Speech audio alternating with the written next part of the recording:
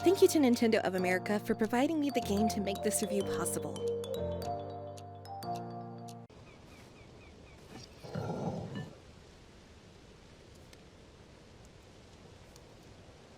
Come on, let's go fight Ganon's evil legions. I'll show you how.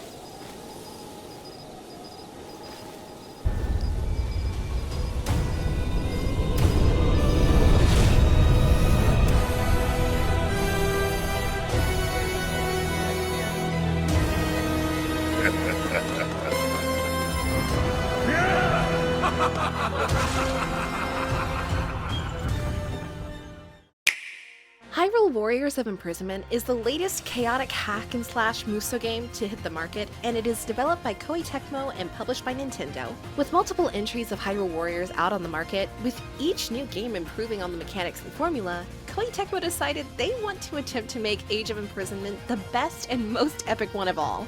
But did all go according to plan, or was this a mishap that was unfortunately due? Only one way to find out, so let's go! Gameplay.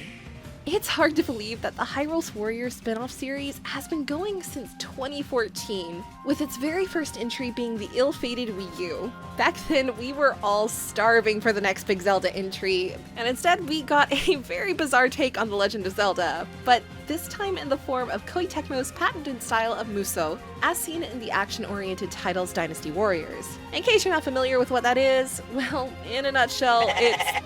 Wait, you guys hear that? I could have sworn I heard... Nah, never mind. It couldn't be. So, where was I?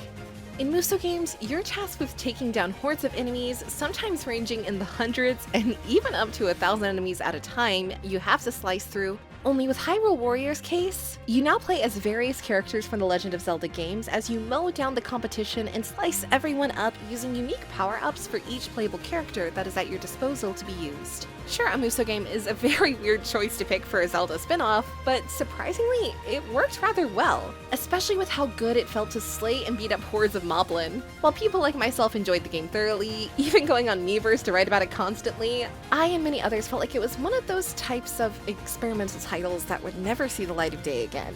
Similar to games like Pokken Tournament. But if there's one thing that Nintendo remains consistent about throughout their entire company history, it's their unpredictability and absurd randomness at times that keeps you guessing. For example, let's take in recent things like re-releasing a Virtual Boy, a product that was widely panned by gamers and media alike at the time of its release, but now it will be making its big comeback, much to everyone's confusion.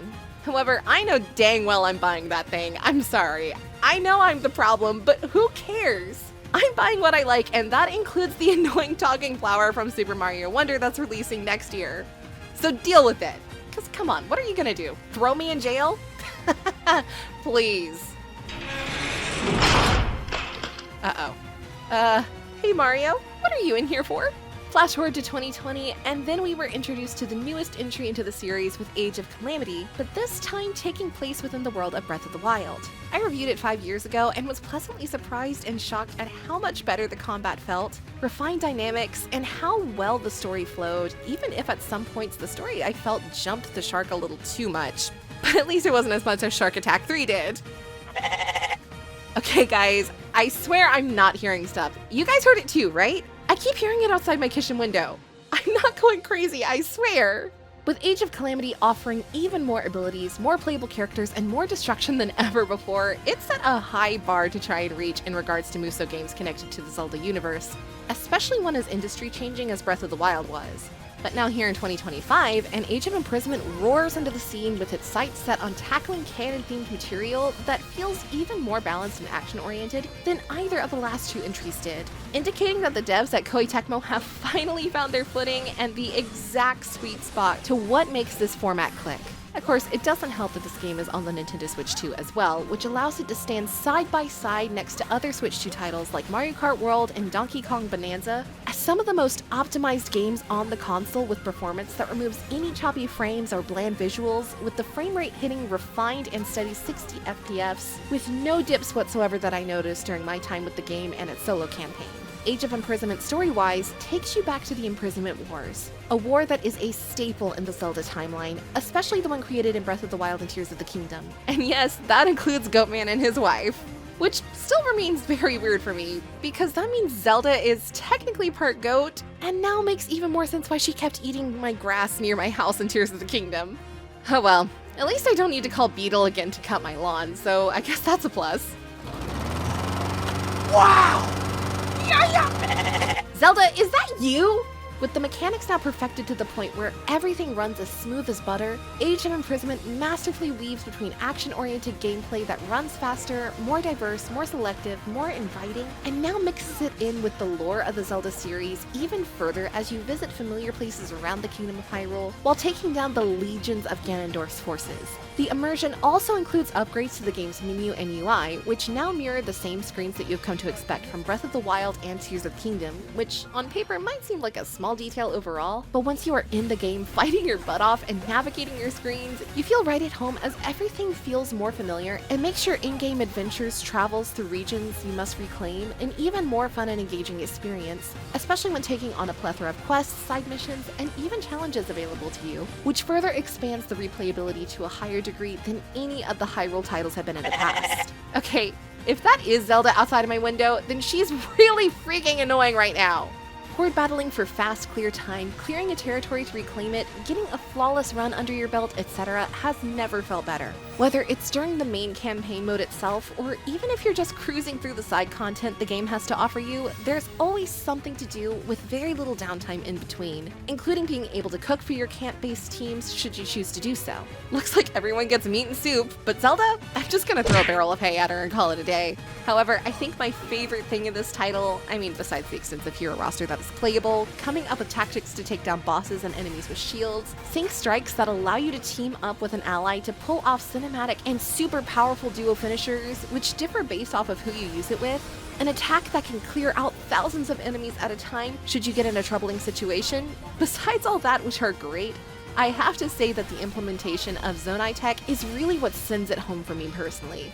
With Zonitech, you'll find that they allow you to acquire fused parts for all characters in-game, which allow upgrades to their already diverse arsenal to make them even more of a menace to deal with by slowing enemies down, burning them to a crisp, or just say screw it and blow everyone into smithereens in one gigantic blast, sending them flying off like they're Team Rocket.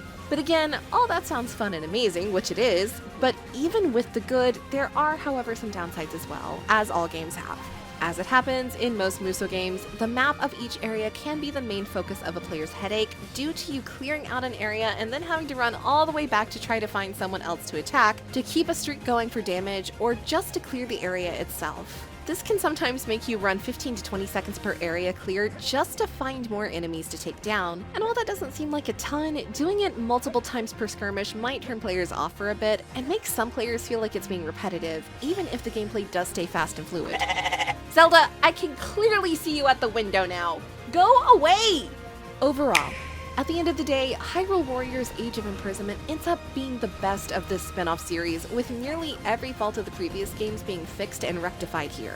Sure, it can get repetitive at times, but that's just the nature of Musou games from time to time. Whether it's Hyrule Warriors or Dynasty Warriors, it's going to happen. But with fast and intense combat, large hero roster letting you play as important characters from the franchise, lore building for the campaign story that further dwells into Imprisonment war history, Zonitech adding a new strategic advantage, smooth as silk performance on Switch 2, etc., just makes this title a must-play if you're a fan of the Hyrule Warriors series. It honestly feels like a good wrap-up to the current Hyrule story that includes Breath of the Wild and Tears of the Kingdom timelines. And while I loved both of those games, I hope Age of Imprisonment is the last time we step foot into this version of the world, because this marks the 4th game within it, and again, while I love it, it's definitely time for something new to grab our attention and let this version of Hyrule finally get its well-deserved rest it's earned. So with all that having been said, my verdict is clear. Game & Chick says, bye now.